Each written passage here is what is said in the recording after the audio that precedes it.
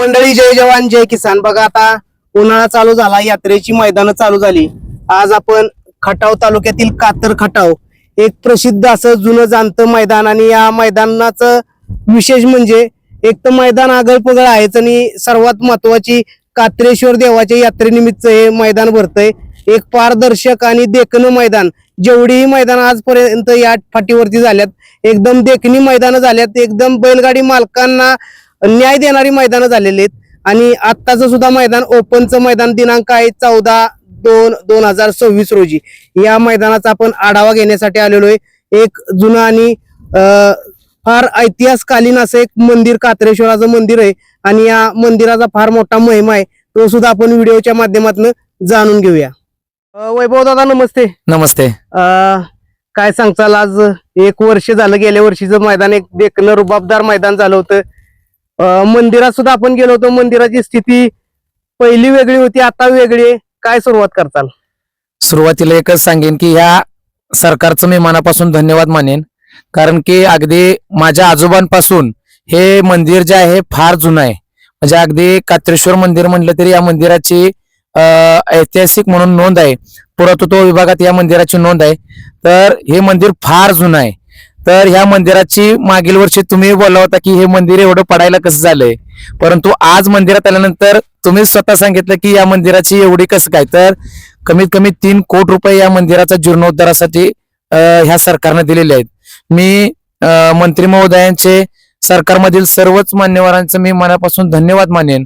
का तर एवढं मोठं मंदिर आहे आणि एक जागृत देवस्थान आहे. आमचं कातर खटावचं आराध्य दैवत आहे कात्रेश्वर.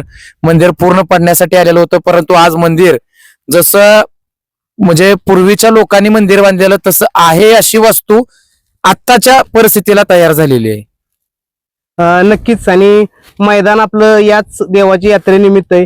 काय मैदानाची रूपरेषा, बक्षीस किती आहे, प्रवेश फी किती असणार आहे?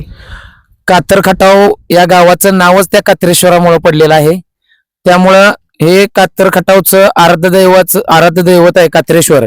त्याच्या यात्रेनिमित्त बैलगाड्याच्या शर्यती आपण दरवर्षी ठेवतो. दरवर्षी आदतचं मैदान असतं, परंतु गावातल्या ग्रामस्थांचं म्हणण्यात आलं की जे बक्षीस देत आहेत तेच बोलले की ओपनचं मैदान घ्या.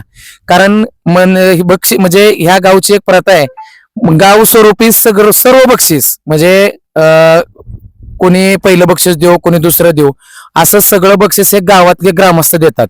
त्यामुळे शेवटी ग्रामस्थांची इच्छा महत्वाची आहे. त्यामुळे ग्रामस्थांनी सांगितलं की ओपनचं मैदान घ्या, म्हणून ओपनचं मैदान घेतलं. बक्षीस आहे पहिलं 71,000, द्वितीय 51, तृतीय 31, चतुर्थ 21, पाचवा 15,000, सहावा 11,000, सातवा 7,000 आणि आठवा 5,000.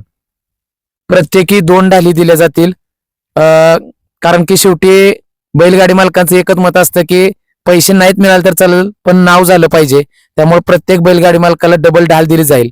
आणि त्याचबरोबर क्वार्टर फायनलला आमच्या गावचाच, अगदी सर्वांना काही नाव सांगायची गरज नाही, गणेश लोहार म्हणून आहेत, त्यांचा सिद्धनाथ वडापावचा जो गाडा प्रत्येक अड्ड्यामध्ये असतो, त्यांनी स्वतःहून येऊन कमिटीला मीटिंग मध्ये सांगितलं की क्वार्टर फायनलला जे बक्षीस आहे, आम्ही क्वार्टर फायनल घेतलाच नव्हता, परंतु त्यानं स्वतः येऊन सांगितलं की कमिटीला, ग्रामस्थांना, की क्वार्टर फायनलला मी प्रत्येकी 2,000 रुपये आणि प्रत्येक बैलगाडी मालकाला एक आकर्षक चषक देतो.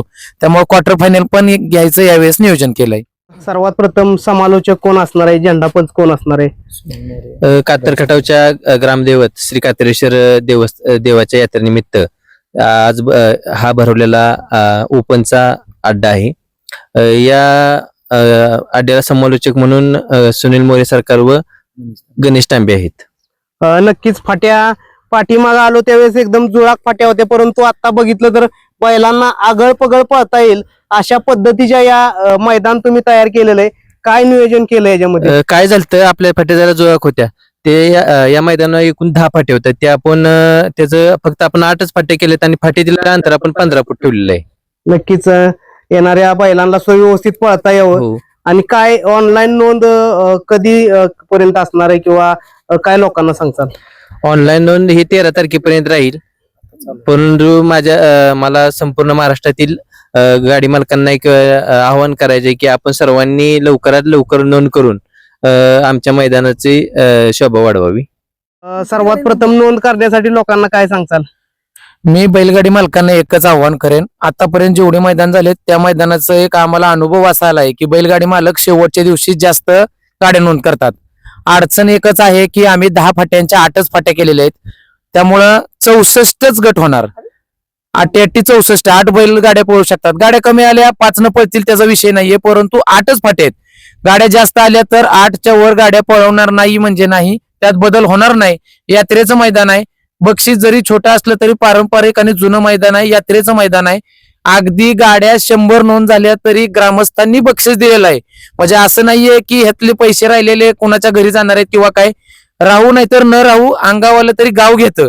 जरी खर्च जास्त झाला तरी कमिटी गावातले ग्रामस्थ पैसे देतात.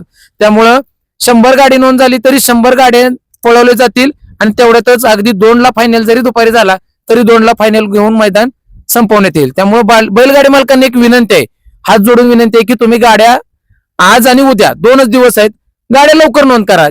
आपण जर या मैदानात पळणारच आहात तर शेवटच्याच दिवशी का पैरा केलेले असतात बैलगाडी मालकांनी बऱ्यापैकी.